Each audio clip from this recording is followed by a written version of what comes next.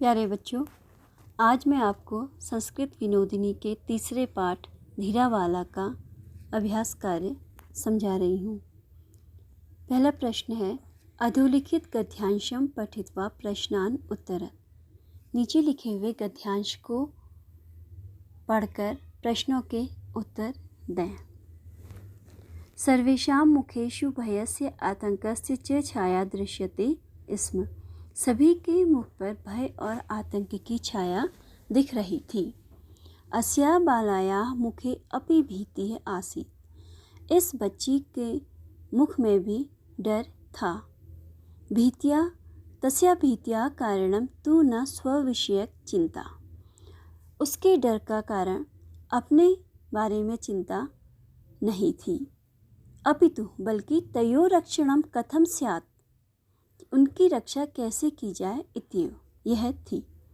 तयोः क्रन्दनं श्रुतवत्या, उनके रोने की आवाज़ सुनकर तस्याः मनः दयार्द्रम्, उसका मन दयालु हो उठा। तव रक्षणीयो एव इति संकल्प्य सा पितरम् अपश्यत्। उनकी रक्षा का संकल्प लेकर उसने अपने पिता को देखा। ततः तेन निवारिता अपि, फिर उनके मना करने पर भी सा जले कूर्दितवती, वह जल में कूद गई। मीनः इव तरन्ती, मछली के समान तैरते हुए सा तयोः हस्तौ दृढ़तया गृहीत्वा नौकां प्रति आनीतवती। मछली के समान तैरते हुए उसने उनको अपने हाथों में मजबूती से पकड़ लिया और गृहीत्वा पकड़कर नौकां प्रति आनीतवती, नाव के पास ले आई। तो यह था गद्यांश। अब इस पर आधारित प्रश्न उत्तर। पहला है, एक पदेन उत्तरत्। एक शब्द में आप लोगों को उत्तर देना है। प्रश्न एक है, बालाया मुखे अपि का आसीत्। बच्ची के मुख में क्या था, कैसा था? भीति, डर। बालायाः मनः किम अभवत्। बच्ची का मन कैसा हो गया? दयार्द्रम, दयालु। सा कम अपश्यत्, उसने किसे देखा? पितरम, पिता को। केन निवारिता सा जले कूर्दितवती, किसके मना करने पर भी वह जल में कूद गई? पिता। दूसरा प्रश्न है, पूर्ण वाक्येन उत्तरत्। पूरे वाक्य में आपको उत्तर देना है। क है, सर्वेषां मुखेषु का दृश्यते स्म। सभी के मुख में क्या दिख रहा था?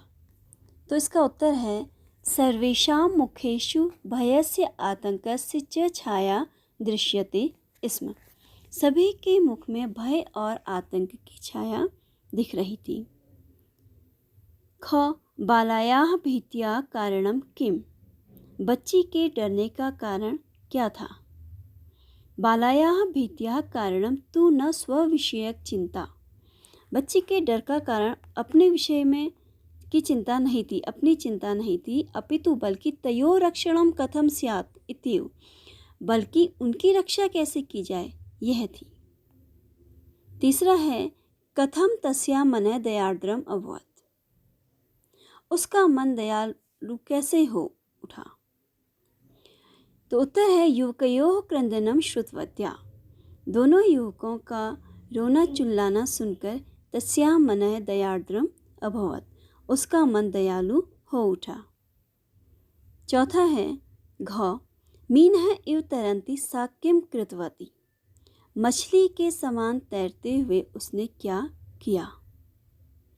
उत्तर है, मीनः इव तरन्ती, मछली की तरह तैरते हुए, सा तयोः हस्तौ दृढ़तया गृहीत्वा, उसने उन्हें हाथ से मजबूती से पकड़कर नौकां प्रति आनीतवती, उन्हें नाव के पास ले आई। अंतिम प्रश्न है, निर्देशानुसारम उत्तरत्। निर्देश के अनुसार उत्तर दीजिए। जो आपसे प्रश्न पूछा जा रहा है उसी के अनुसार आप उत्तर दीजिए। तो क है ततः तेन निवारिता। अत्र तेन इति सर्वनाम पदम कस्य संज्ञा स्थाने प्रयुक्तम। बच्चों, तेन यहाँ पे सर्वनाम है, और तो यह किसके लिए कहा गया? यहाँ पे संज्ञा पद कौन है, ये आपने लिखना है। तो तेन, ततः तेन निवारिता, तब उन्होंने उनके मना करने पर भी, तो उनके किनके? यहाँ पर बच्ची के पिता के लिए आया था, तो आपका उत्तर होगा पितरा। दूसरा है ख, आनीतवती, ले आई। इत्यस्य क्रियाया कर्तृपदम किम। यहाँ पर लाने की क्रिया को करने वाला व्यक्ति या करने वाला कौन है? तो कौन है? कौन लेकर आई? बच्ची। सा या बाला? आपके गद्यांश में आया है सा, और किसके लिए आया है? बच्ची के लिए, बाला। ग है इत्येव।